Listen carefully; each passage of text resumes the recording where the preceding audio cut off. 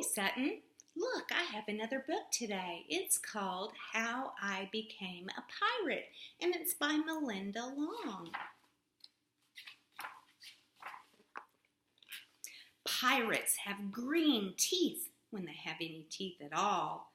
I know about pirates because one day when I was at the beach building a sandcastle and minding my own business, a pirate ship sailed into view.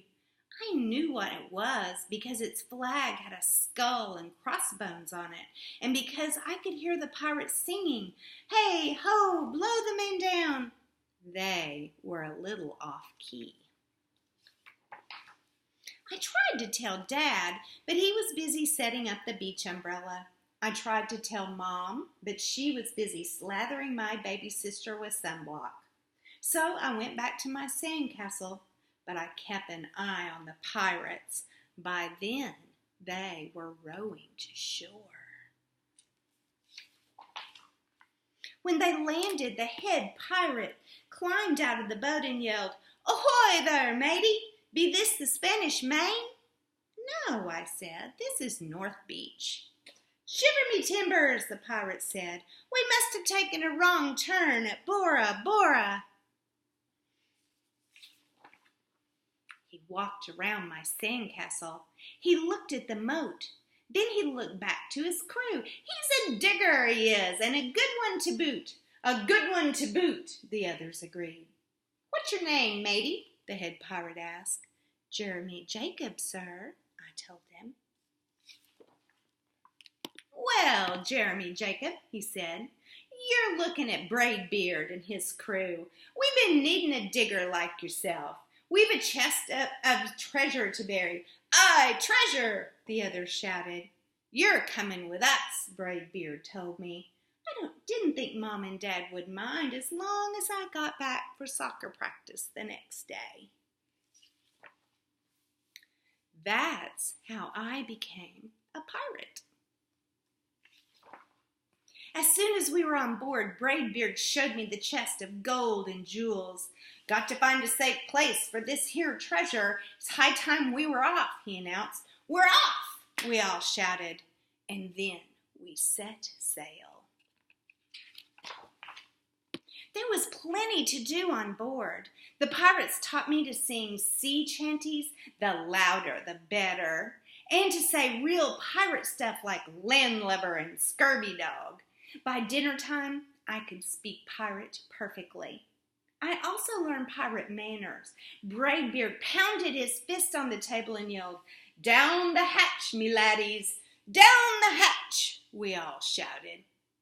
Braidbeard gulped his food and said, "Hand me over the meat." "The meat!" we all roared. Nobody told us to finish our spinach. There wasn't any. Or to chew up our carrots. They weren't allowed on board. We talked with our mouths full, and nobody said please or thank you. After dinner, I tried to teach the pirates to play soccer. Braidbeard kicked the ball and yelled, "Arg, soccer! Arg, soccer!" the crew yelled. Then everybody dove for the ball at once, and it rolled right off the deck. "After it, me hearties!" Braidbeard commanded. "After it," we all whispered. We fought over who would go get the ball, but it didn't matter anyway because a shark came along and swallowed it in one gulp. So much for soccer. By now it was past my bedtime, but nobody tells pirates to go to bed or to take a bath or to brush their teeth. Maybe that's why their teeth are green. Pirates sleep with one eye open just in case, and they don't change into pajamas unless they want to. Pirates don't do anything they don't want to, except for maybe swabbing the decks. I wanted to be a pirate forever. But then I found out what else they don't do. When I couldn't stay awake any longer, I asked Braidbeard to tuck me in and read me a story. "Tuck you in?" he bellowed. "Pirates don't tuck. No tucking!" the crew cried. And the only thing they had to read was a map. "Don't you have any books?" I asked. Braidbeard looked confused. "Books?" I didn't even bother to ask about a goodnight kiss. It wasn't easy to fall asleep without a story, but I was finally dozing off when a storm broke. Thunder boomed and lightning flashed. I tried to hide under the covers as waves slammed up against the ship, but I kept falling out of my hammock. I couldn't find anyone in the cabin. They were all on deck. "Lower the sails," Braidbeard shouted. "Batten down the hatches." Everybody ran around yelling and lowering and battening. Nobody had time to sit close and tell me it would soon be over. Nobody even noticed me.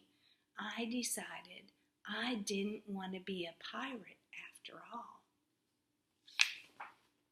Just then, flash, crash, crack!